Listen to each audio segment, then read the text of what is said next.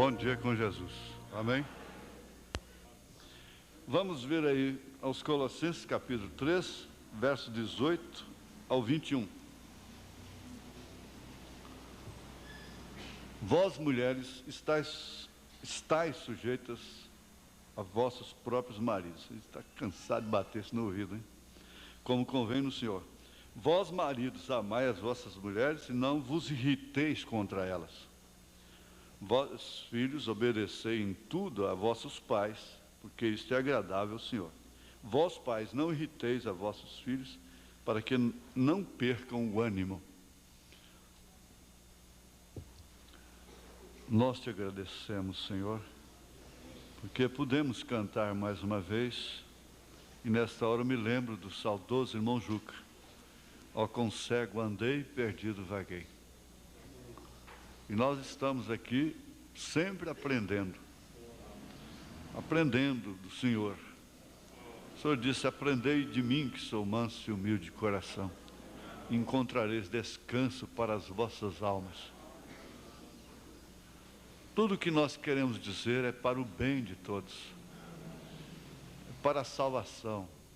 Sabemos que a exortação, a correção, na hora não é de gozo, não dá muito gozo, muito prazer, mas disse São Paulo que depois ela traz um fruto pacífico, benigno, gostoso, que causa paz no espírito e nos identifica como filhos. Te suplicamos que esta graça não saia de sobre nós, em nome de Jesus Cristo. Amém. Assentai-vos, irmãos.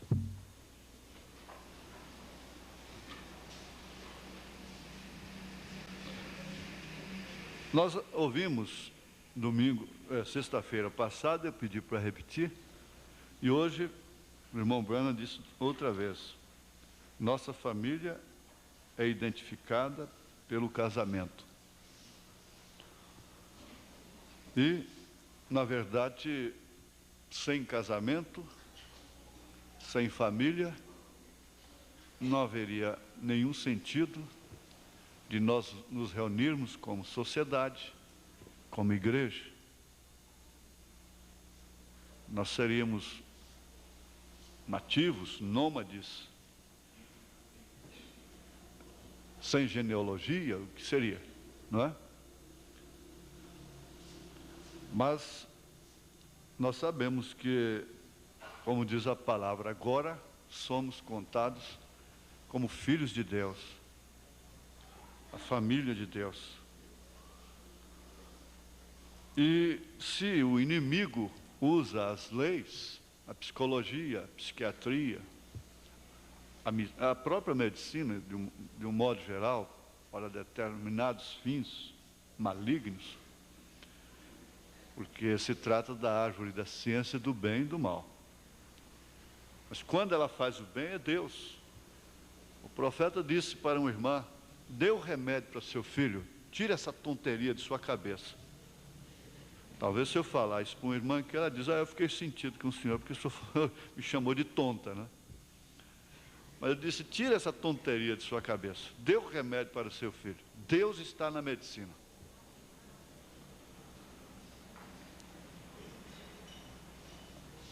Deus está nas leis, isto é, foi Deus quem as criou. O diabo não tem poder criativo, ele só faz perverter o que foi criado por Deus.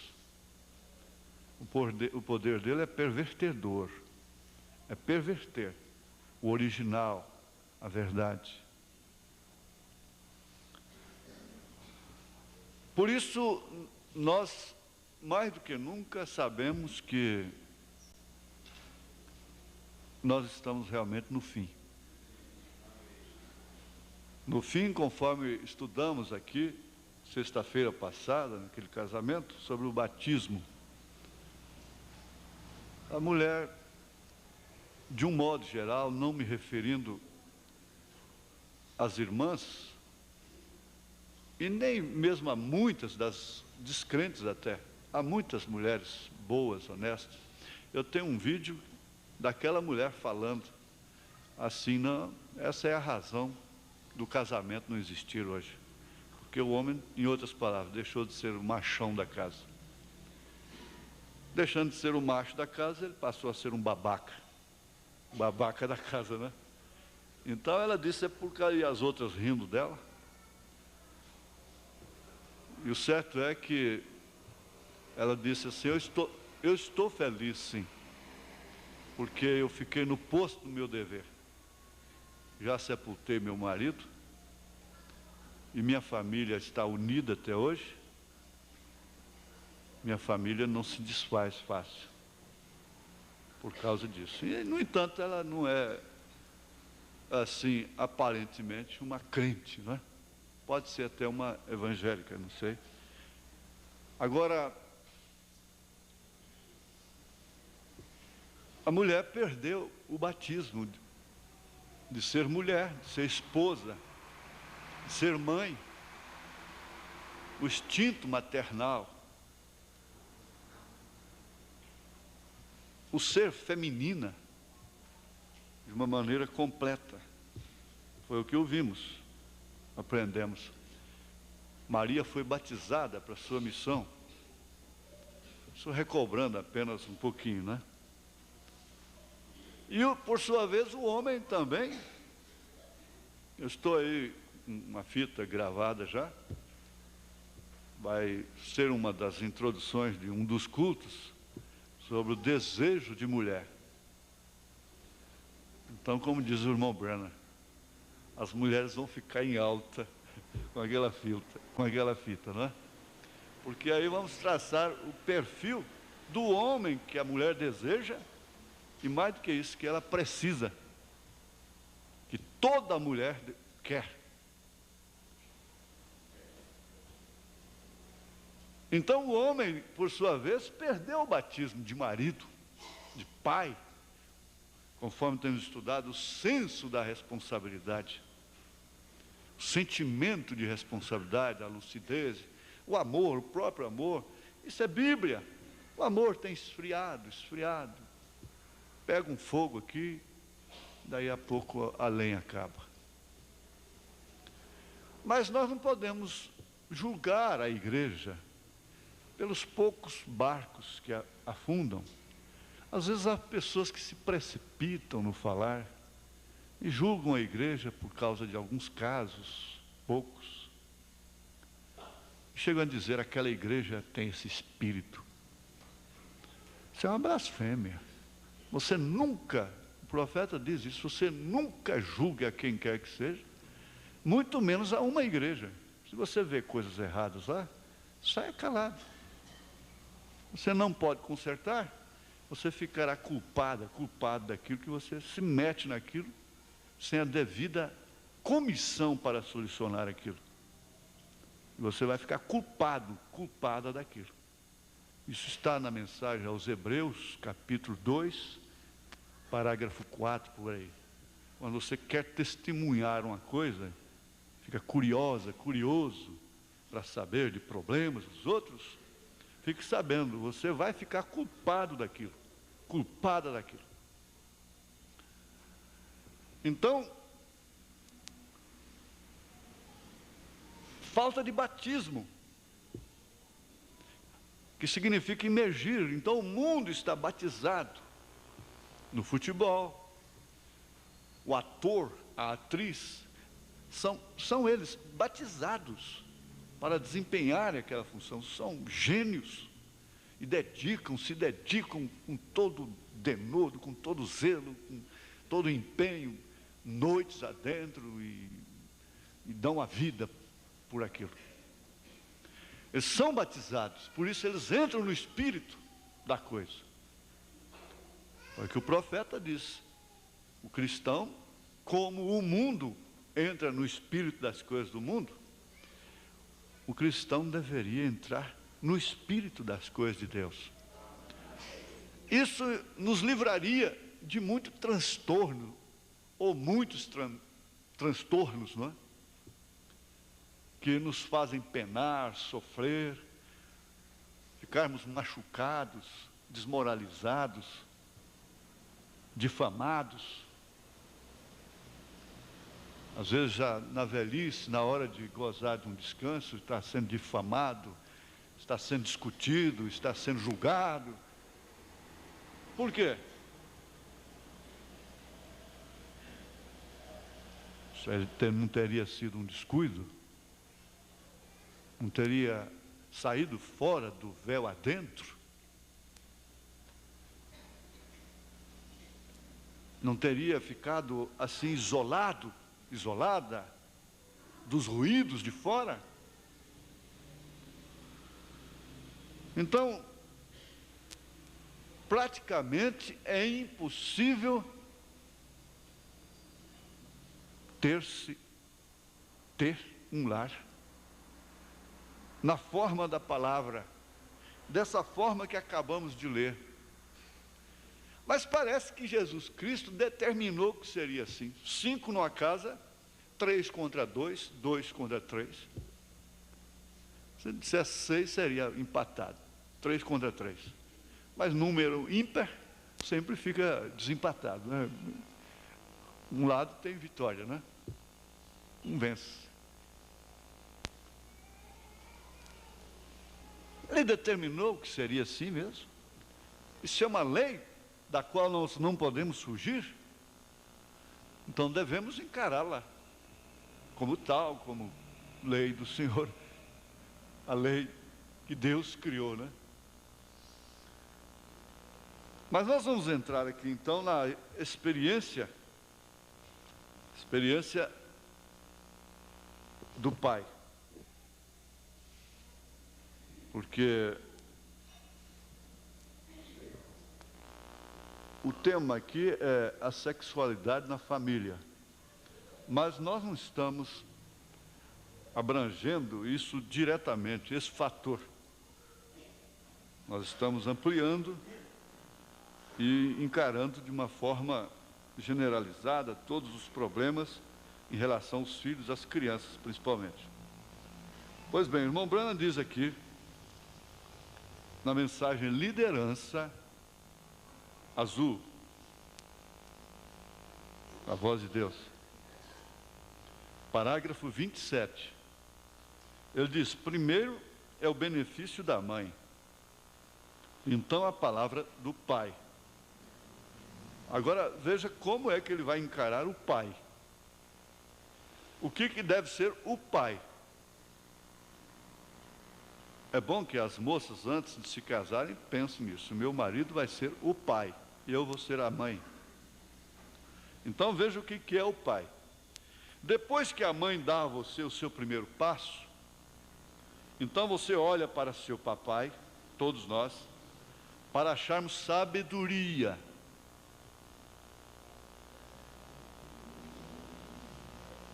Se a Bíblia diz que a mulher sábia edifica a casa, a tola, porém, derruba com suas próprias mãos. E o homem que não tem sabedoria? Mas pastor, eu não estudei, eu sou ignorante, eu não tive chance de estudar, eu não tenho sabedoria. Não, não é essa sabedoria.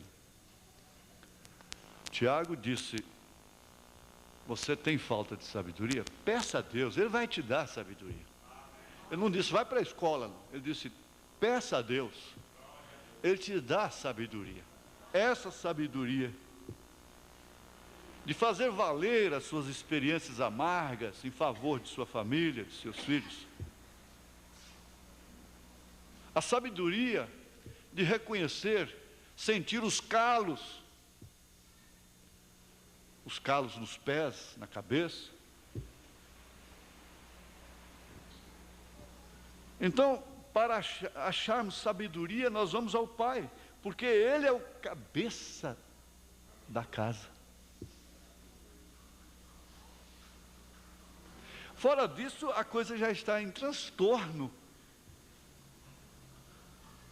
É necessário que ele, olha, houve um tempo em que ninguém podia ser ordenado a pastor no mundo pentecostal sem primeiro ser batizado com o Espírito Santo.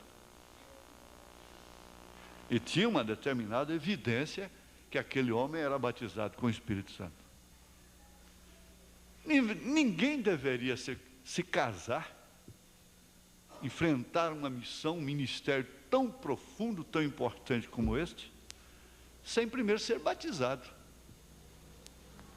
sem primeiro ser batizada.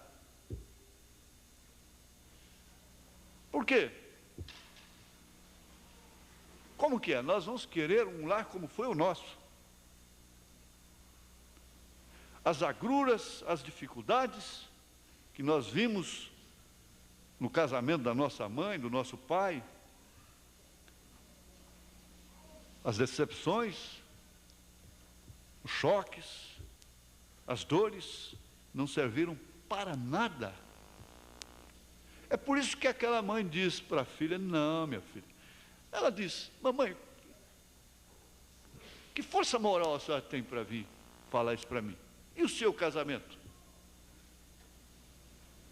Ela diz: não, minha filha, é justamente por causa do que eu sofri, justamente pela falta de sabedoria, aquela sabedoria que eu não tive, é que eu estou te avisando. Eu não quero que você passe pelo que eu passei, pelo que estou passando. Eu não quero que você tenha um lar como o meu.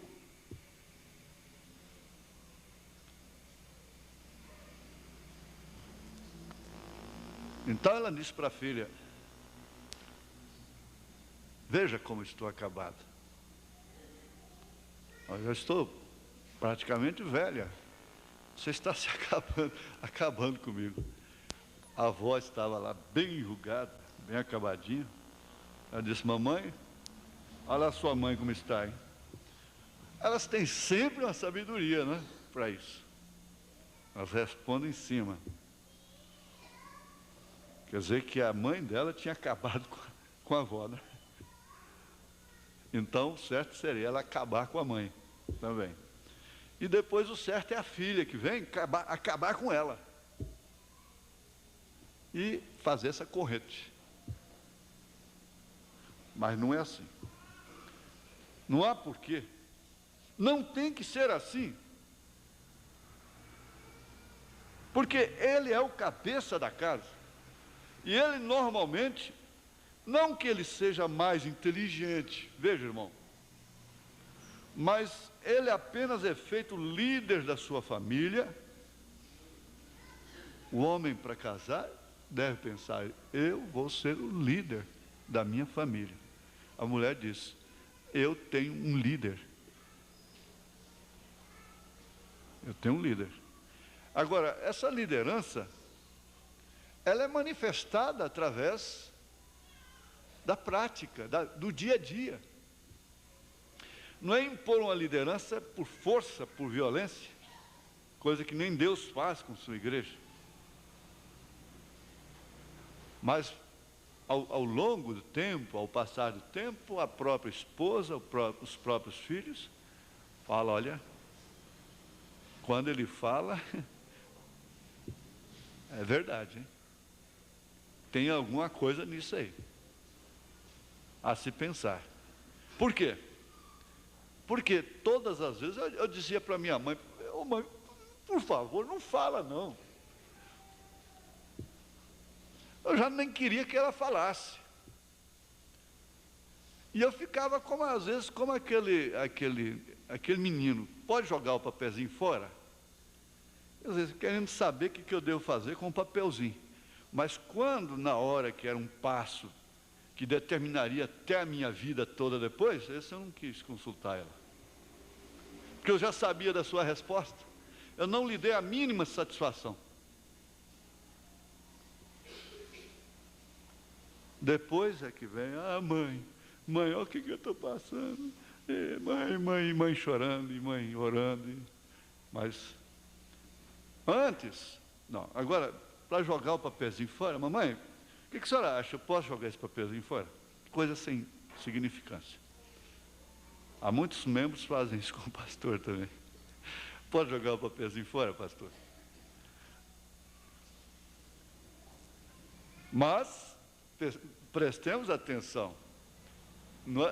Nós não estamos no tempo de jogar ninguém contra a parede. Uma coisa está estabelecida entre nós: pega onde pegar, me ofenda o quanto ofender, eu vou concordar com toda a Bíblia, com toda a mensagem, com tudo que é puro, com tudo que é honesto, com tudo que é verdadeiro. Pega onde pegar em mim.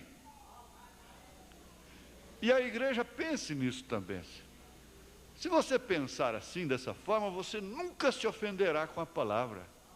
Jesus disse que a semente cai em vários lugares, e tem um que se ofende com a palavra. Por quê? Tiveram a infelicidade de ter mais relacionamento com o pregador? Conhecer a sua nudez, às vezes? É isso? Cão foi tão feliz, não é, em ver a nudez do pai, ficou amaldiçoado até hoje. Noé, vocês conhecem a experiência. Os outros dois viraram o rosto, pegaram um cobertor e foi cobrir a nudez do pai. Cão não, já foi olhar a nudez do pai. E através dele, Canaã foi amaldiçoado. Caracterizando assim a semente da serpente passando dentro da arca.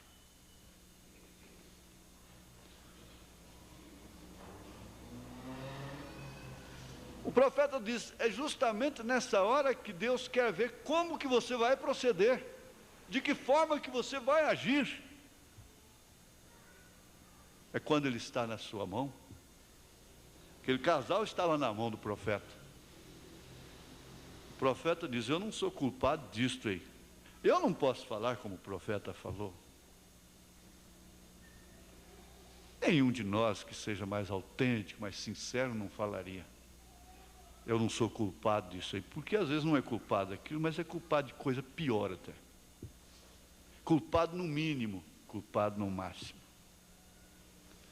Sim, foi exatamente assim que o irmão Branham examinou a coisa. Mas o certo é que quando aquele casal estava nas suas mãos, ele disse, eu os perdoo. E caiu um poder tremendo na reunião. Foi isso que aconteceu. Então, às vezes, olha, não tem uma pessoa que esteja mais na sua mão do que essa pobre criança inocente, que não tem culpa de nada. Ela não pediu para nascer.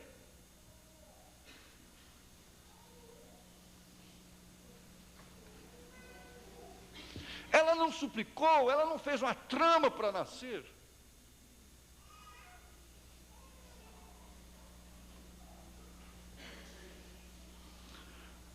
Essa criança está nas suas mãos. Essa mulher está nas suas mãos. Essa família está nas suas mãos. Quantos homens ficam nas mãos de uma mulher? Homens importantes. Ficam nas mãos de uma mulher apenas.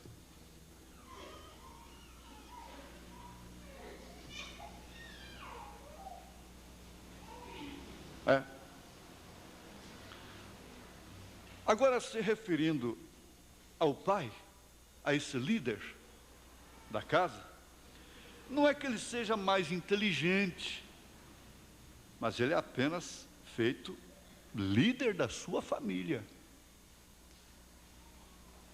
E a família não perde por respeitá-lo como tal, como líder.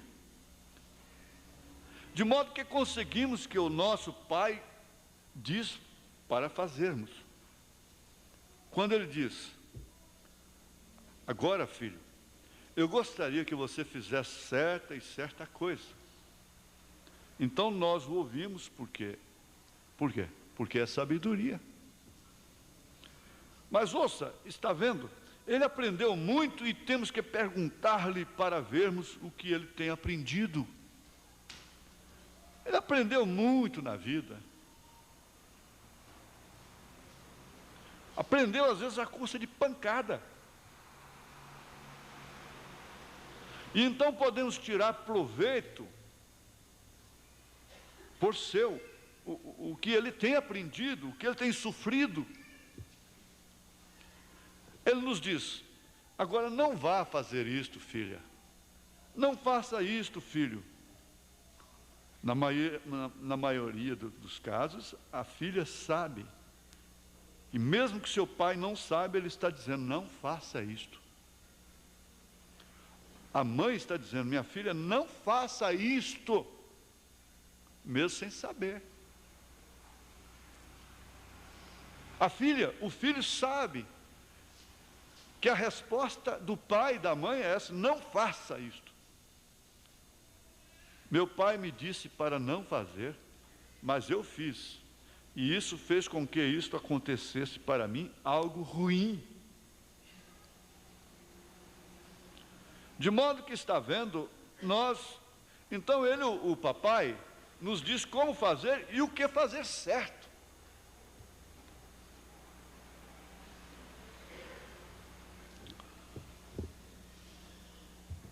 O pai pode ser ímpio até. Ele não quer que seu filho seja um perdido. Ele não quer que a sua filha seja uma perdida. Ele não quer.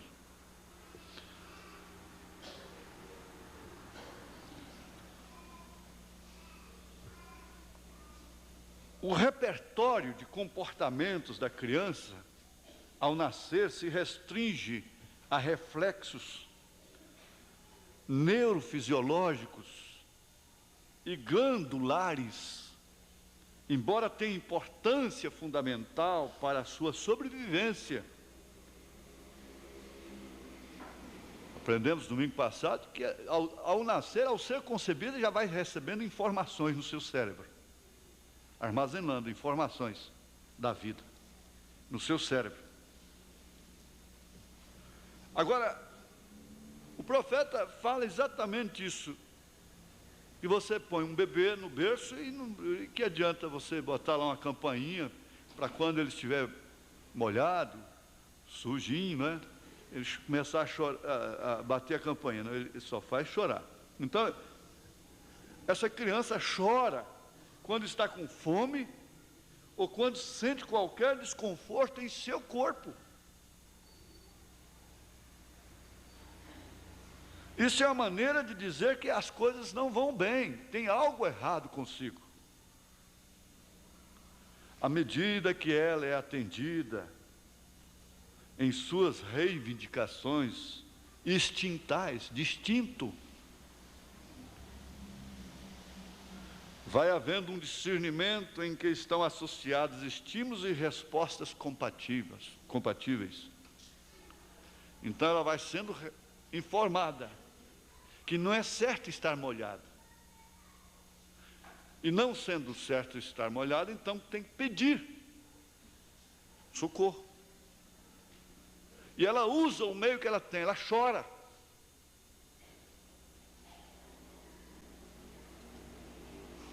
Mas quando ela vai crescendo, ela já vai crescendo com a informação do que é desconforto para o seu corpo, até que ela venha se autoproteger, isto é, proteger-se a si mesma, tomar conta do seu próprio corpo, tomar seu próprio banho, se alimentar e assim por diante. Agora, tudo isso tem um relacionamento com a vida cristã.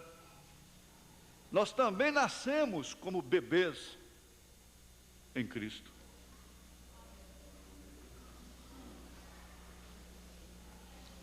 Quando a fome incomoda aquela criança, o seio é, teoricamente falando, colocado em sua boca e saciado sua fome e sede, porque o leite sacia tanto uma coisa como a outra, o leite materno, sacia a fome e a sede. Quando ela está molhada, suas fraldas são trocadas e a sensação que ela tem é que valeu a pena chorar, porque a sensação é agradável. Então é quando ela pode sorrir, mostrar a gengivazinha. Isso é certo?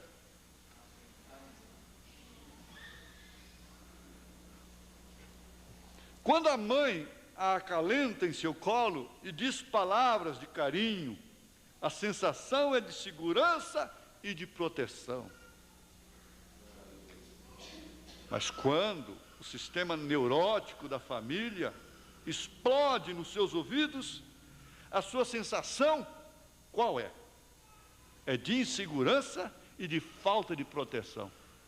Por isso, muitas delas crescem estressadas, neuróticas, deficientes.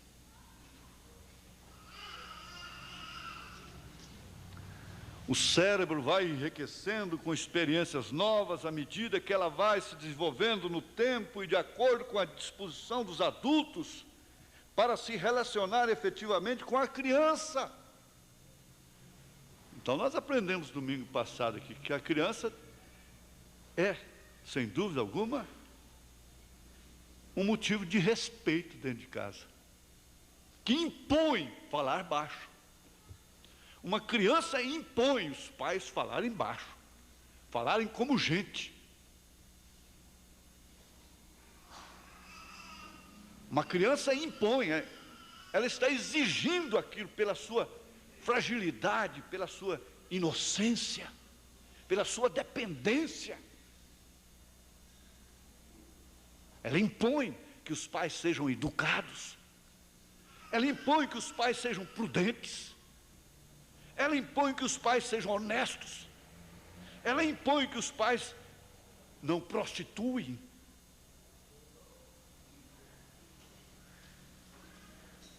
Uma criança é uma bênção, desde que ela seja encarada como de fato o é.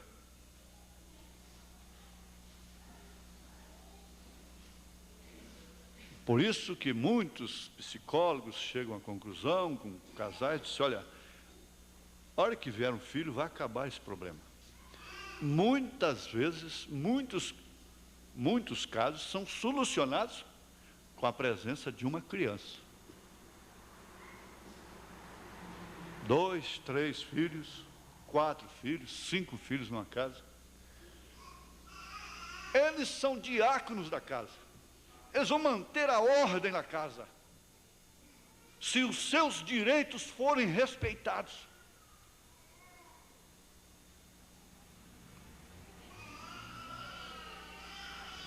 Então depois vem esse protecionismo da criança, como da ecologia e coisa e tal, e dá um direito à criança que ela não precisa e que não deve ter.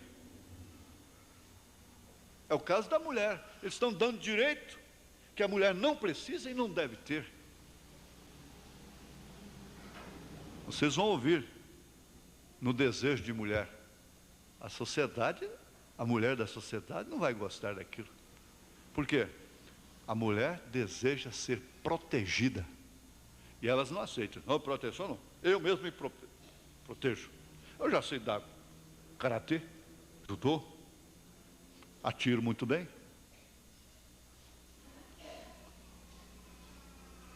Pinta as unhas, põe um cigarro entre o dedo, pega o volante. Impertinente, no trânsito.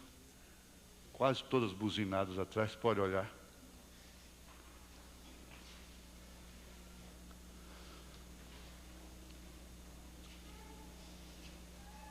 Veja só. Seria hoje o dia das crianças? Ou o dia da criança? Dia do pai, dia da mãe?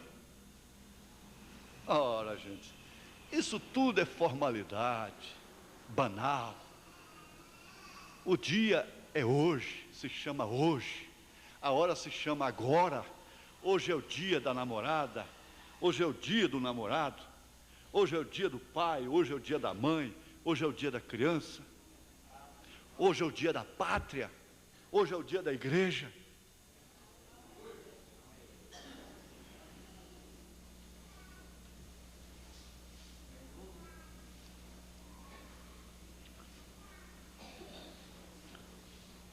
Agora, prestemos atenção nisto aqui.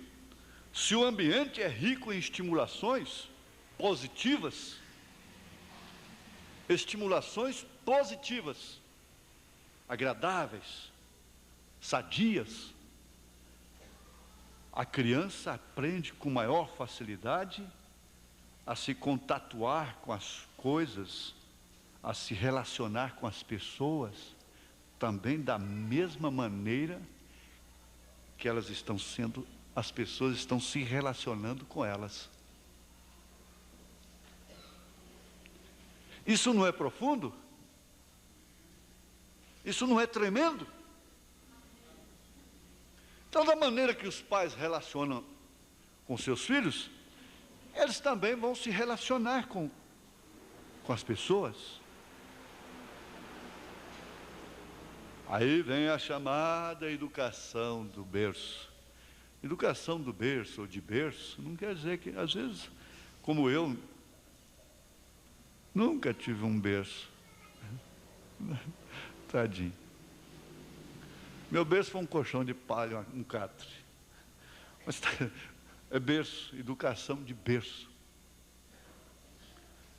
Quer dizer, aquele relacionamento que seu pai e sua mãe têm para com você. Hoje é dia do casamento. Hoje é dia da família.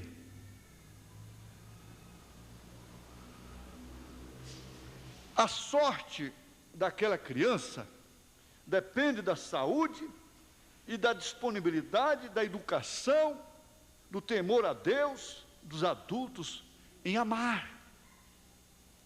Depende da conduta dos adultos. O lar é a forma, no sentido amplo da palavra. Essa criança depende tudo de você. Eu dou pão, dou leite, dou roupa e coisa e tal, e gritos no ouvido, porque dá pão e dá leite. Você sabe que o bom carreiro não grita com os bois?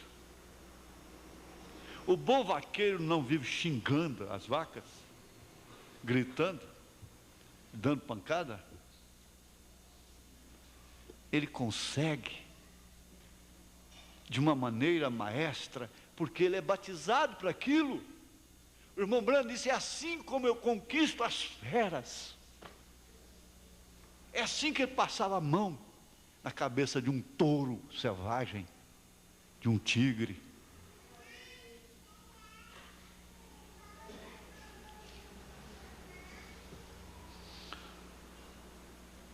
A criança tem necessidade inata de se associar a coisas da natureza para compreender seus eventos, para uma melhor integração cósmica no mundo.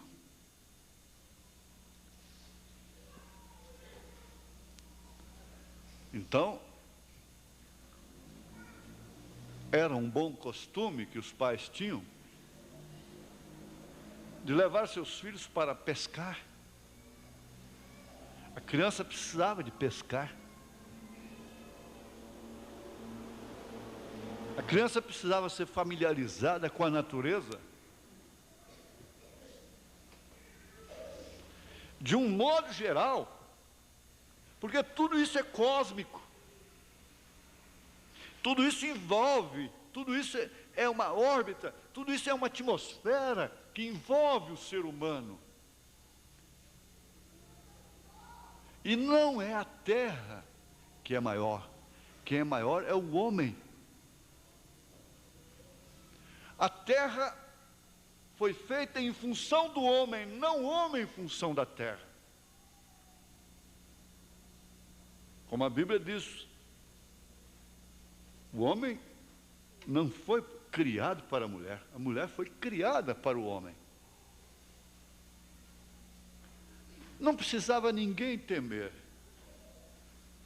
Qualquer mulher gostaria de ter um homem másculo, forte.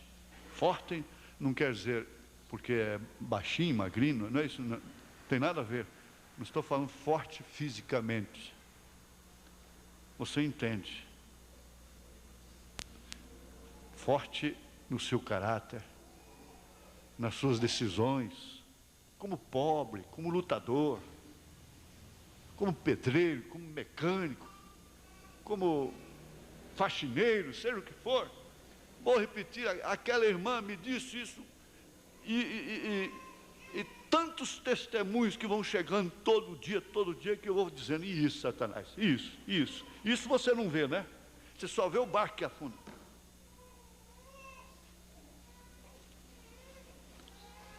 Então ela diz assim, não, meu marido tem problema, tem caminhão. Eu já pensei, bom, então já sei.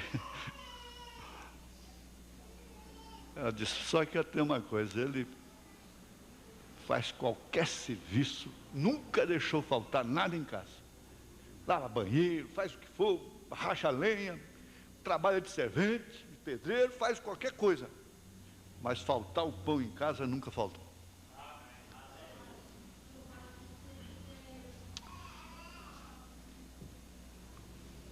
Não precisa ensinar que o fogo é perigoso, mas se dá inteligentemente a oportunidade dela experimentar o calor. Pode-se confiar que o próprio estímulo limita e educa. Há um choquinho elétrico, enquanto ela não toma, ela não vai saber nunca o que é choque. Não, neném, não mete o dedinho na tomada, não. Deixa ela pôr pelo menos uma vez só, não dá. Aí ela vai saber o que é choque. Ela não sabe o que é choque. Eu já era garotão, isso tem mais de 15 anos atrás. Cheguei na casa de minha tia, uma Anitta ali, na Paranaíba. Está lá um soquete pendurado, sem lâmpada, bem quase batendo na cabeça da gente. Chupando as laranjas lá, os meninos. E eu nunca tinha tido, só conhecia a lamparina, né? Peguei o canivete.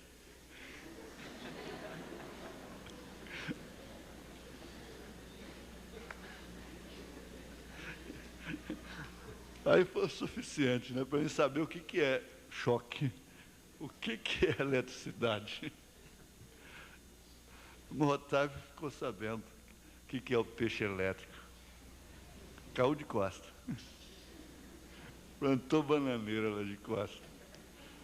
Bom Benevides também. Depois jogou Bom Benevides na fria.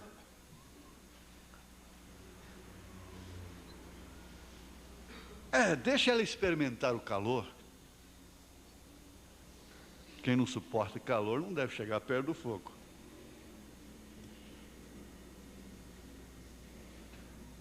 Não é preciso impor normas neuróticas, histéricas sobre seus filhos, sobre a criança, para interceptar a tendência exploratória natural do pequeno ser. Simplesmente encaminhe, canalize seus estímulos para o que é bom, para o que é viável. Você não pode impedir que ele seja uma criança. Aí então, irmão Branham, na mensagem eu acuso esta geração disso. Você tem que voltar lá para a idade de 17 anos, ver quem era você nos 17 anos de idade. Você simplesmente tem que estimulá-lo.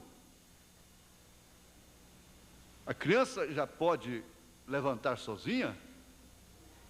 Caiu ali, começou, não filhinho, levanta você. Você pode levantar, filhinha. Você pode levantar. E começa por aí. Mas tudo corre, já começa aquele sentimento de protecionismo.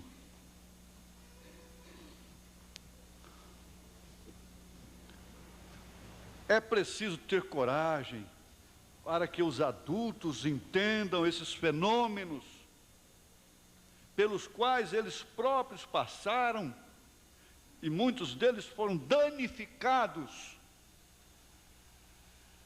por falta de sabedoria de seus pais. Normalmente o medo dos pais, ou adultos responsáveis pela criança, faz interferir no processo normal e dinâmico do desenvolvimento psicofísico dela. Influi no físico e no psíquico. Então cresce aquela pessoa temerosa, pessoa prudente, é uma coisa. Eu nunca vi uma era de tanta mulher corajosa igual estamos vendo agora. Você encontra a moça vindo da escola aí meia-noite, só com os livros debaixo do braço. Não tem mais nada. Viajam sozinhas, rodovia, você está viajando, pouco passa uma mulher para você. Eita! 120, vai embora. Vai. Deus te guarda. Sozinha, sozinha. Bom. Coragem. Não é essa coragem. Tem coisa que não é coragem, é estupidez. Eu digo, olha, esse costume de abrir porta de noite, como eu não aguento, quando eu vejo eu tenho que sair lá fora, não é coragem, é estupidez, porque perde o senso do perigo. São pessoas perigosas, essas pessoas. Descer de uma árvore, numa mata, de noite, alta hora da noite, não é coragem, é estupidez às vezes.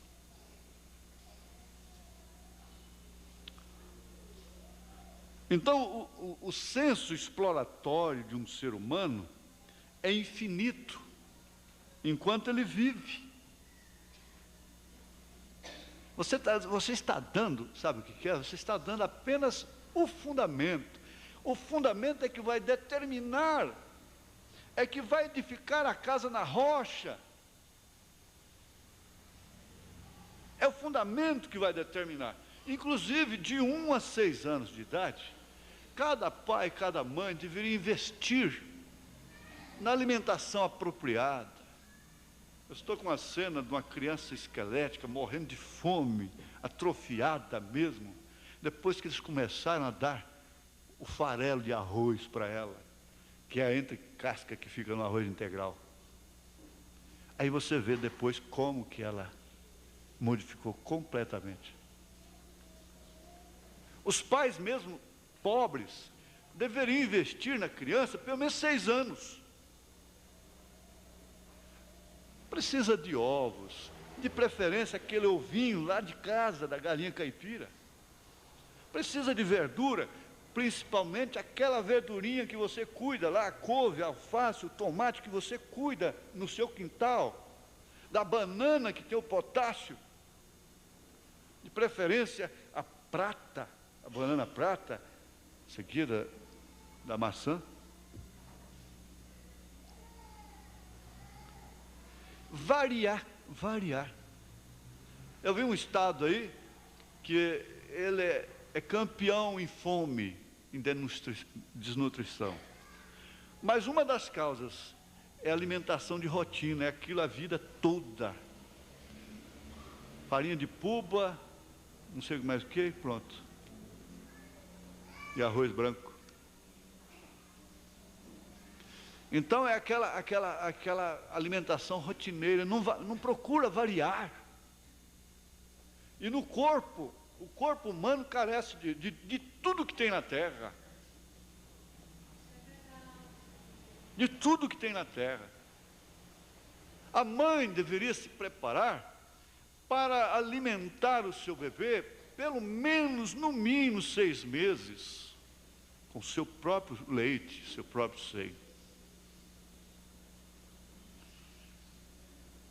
Se houvesse uma conscientização, nós teríamos mais cabras do que vacas para dar leite para as crianças. Cada estrutura óssea da cabra, que equivale com a estrutura óssea do homem, e o leite puro da cabra é muito mais indicado para uma criança, quase igualando com o leite materno.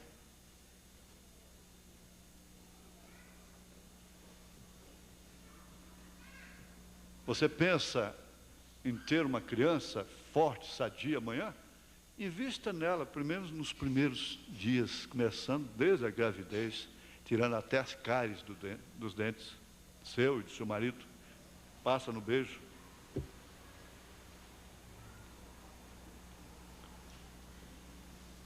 Olha, gente, isso não é impossível, é? Não é impossível. Aí é onde entra a sabedoria. O ovo é alimento completo, só falta glicose nele. Tanto que ele não é indicado para a pessoa, assim, de certa idade em diante. Porque ele enriquece muito o sangue. Não é indicado para o colesterol, né?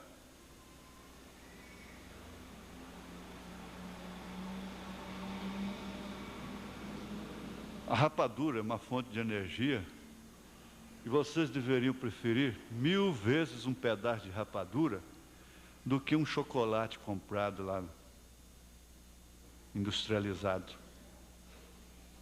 Esses doces verdes, vermelhos, amarelos, bonitos, pipoca colorida, tudo anilina, tudo cancerígeno, tudo são atrofiantes de células. Não há sabedoria para aplicar o dinheiro. Por que gastais o vosso dinheiro naquilo que não é pão? Eu brinquei com a menina aqui, ó, no casamento aqui, de sexta-feira, falei, a primeira coisa que você vai fazer para o seu marido é uma farofa de jurubeba. Primeiro prato. Mas você quer saber de uma coisa? Todos os quintais deveriam ter jurubeba. É bom, é o comprimido lá, é o sonrisal é que é bom, os comprimidos para o fígado, esse é bom. A jurubeba não, é amargo, né?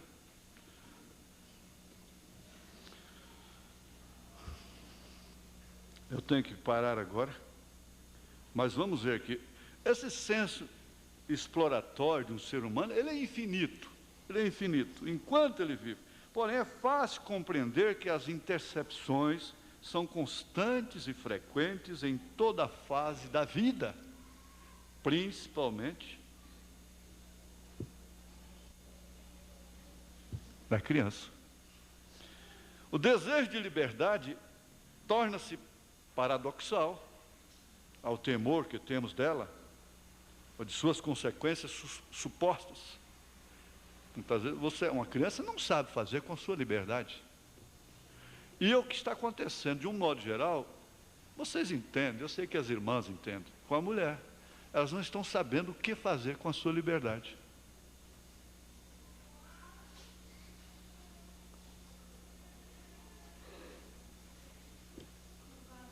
Uma criança não sabe o que fazer com a sua liberdade. Uma criança, um adolescente, uma moça, ela não pode namorar antes dos 16 anos de idade. Agora, isso, toda regra tem exceção. A mãe do irmão Brana casou com 15 anos de idade. Tudo bem. Casou-se com 15 anos de idade. Ela não tinha nem completado a sua formação, sua bacia não estava nem completa ainda. Ela não era adulta, pronta para um parto. A moça menor dos 16 anos, ela tem que ter sua mãe, seu pai como cabeça.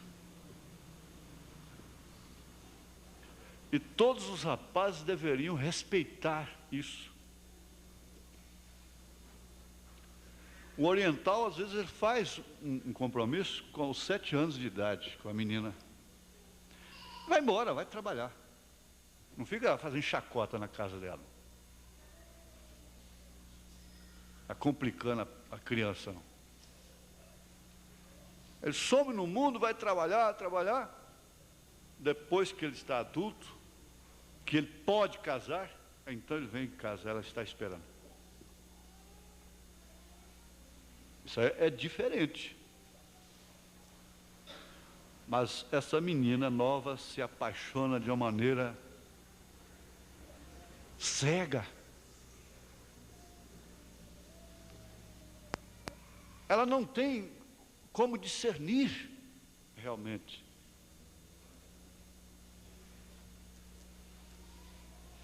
Os pais precisam ajudá-la. E os rapazes precisam respeitá-la. Neste caso.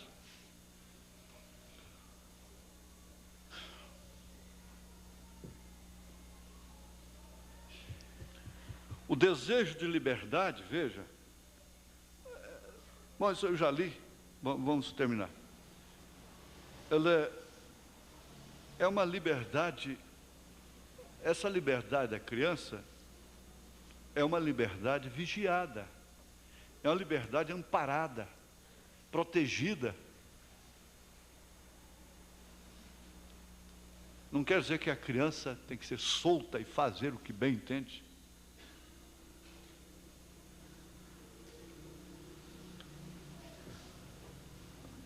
Por isso, oprimimos o outro em todas as suas manifestações de liberdade e de tendência à felicidade. Lá em Brasília, eu tinha como vizinha, no fundo, uma senhora, ela era denominacional, paulista, um casal de paulistas. Aquela mulher batia tanto naquelas crianças e não permitia um casal de meninos, a menininha e o menininho, bonitinhos, loirinha.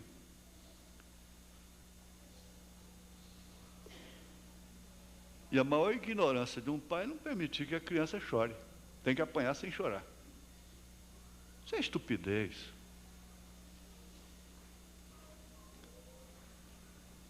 E por que apanhar daquele jeito? Porque estava brincando no fundo do quintal. Porque era criança, ela tinha que pagar. O que faziam aquelas pobres criancinhas, lá presas num quintal, dia e noite, porque riliavam entre si, como crianças. Sabe, todos os dois estavam completamente gagos, tanto segurar o choro, por fim já... E quando via a mãe, já começava a tremer. Grande vantagem. Eu não esqueço disso. Sempre fui austero, fui ignorante também, legalista. Já errei demais. Ainda vou errar mais. Mas não cheguei àquele extremo, não. É custoso a gente viver perto de uma situação daquela. Os filhos adoecem, ficam traumatizados.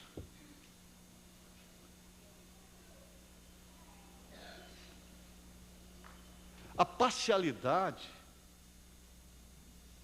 Está certo que um pai não deve estar pondo menina, mulher no colo, beijando, aquela coisa toda, depois de uma certa idade.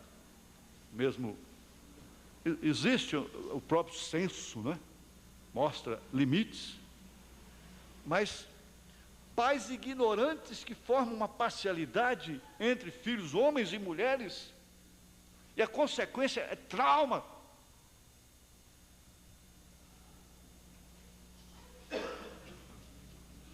Que custo tem o pai ser amigo dessa filha?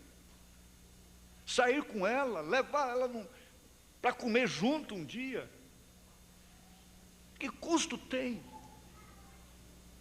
Pega.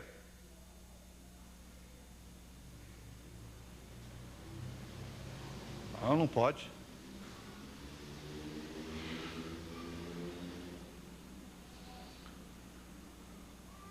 Nós oprimimos o outro, oprimimos pessoas indefesas. Quantas mulheres são indefesas? Indefesas. E nós os homens, nos tornamos covardes, aproveitadores.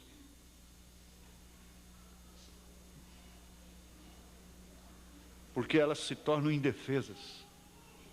Se fosse uma rebelde, uma durona, uma entendida, uma meio lá, meio cá, há muito tempo que ela já tinha mandado ele catar mamona.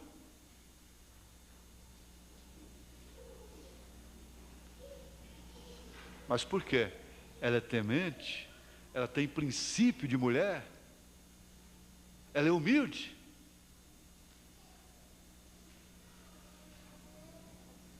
A pomba é indefesa, ela é indefesa. Por isso que ela precisa do homem. Quando as crianças crescem vendo o quadro dentro de casa dessa forma, pode saber, a sequência dificilmente falha. Você pode notar que o rapaz foi criado no batente, e com determinados princípios, ele vai para o casamento, ele leva aquilo.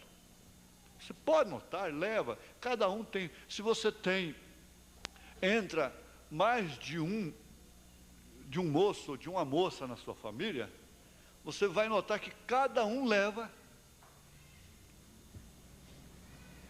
a bagagem, vamos dizer, de sua família, para o casamento. Os pais entesouram para os filhos, armazenam para os filhos.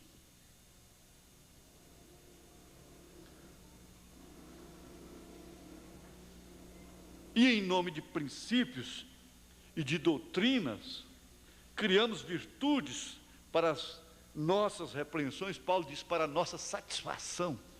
Foi isso que ele disse aqui, nessa carta mesmo. Ele diz aqui, ó.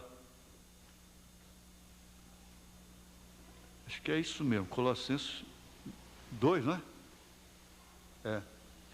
Verso 20. Se, pois, estáis mortos com Cristo, quanto aos rudimentos do mundo, por que vos carregam ainda de ordenanças, como se vivesseis no mundo, como se fosse uma mulher pervertida, uma moça pervertida, uma criança pervertida? Não, não é assim não. Tais como, não toques, não proves, não manuseis, as quais coisas todos perecem pelo uso segundo os preceitos e doutrinas dos homens, as quais têm, na verdade, alguma aparência de sabedoria, em devoção voluntária, humildade e em disciplina do corpo, mas não são de valor algum, senão para a satisfação da carne.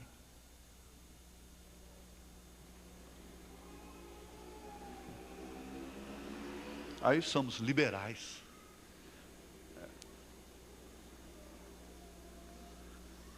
Veja, eu tenho que parar exatamente aqui.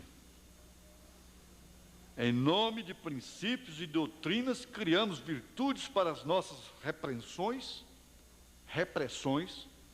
como uma defesa ao prazer de viver em todas as suas dimensões. O homem não pode ser nem demasiadamente justo, diz a palavra.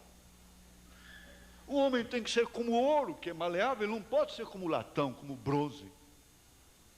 O que não é maleável é quebra.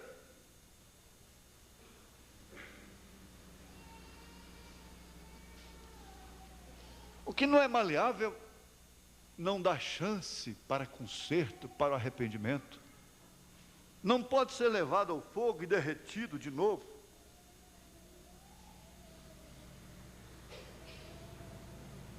E tomar outra forma. Se o faz, vai ser sempre rígido.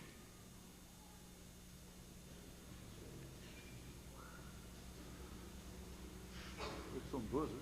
12. 12:93. O Senhor abençoe vocês todos.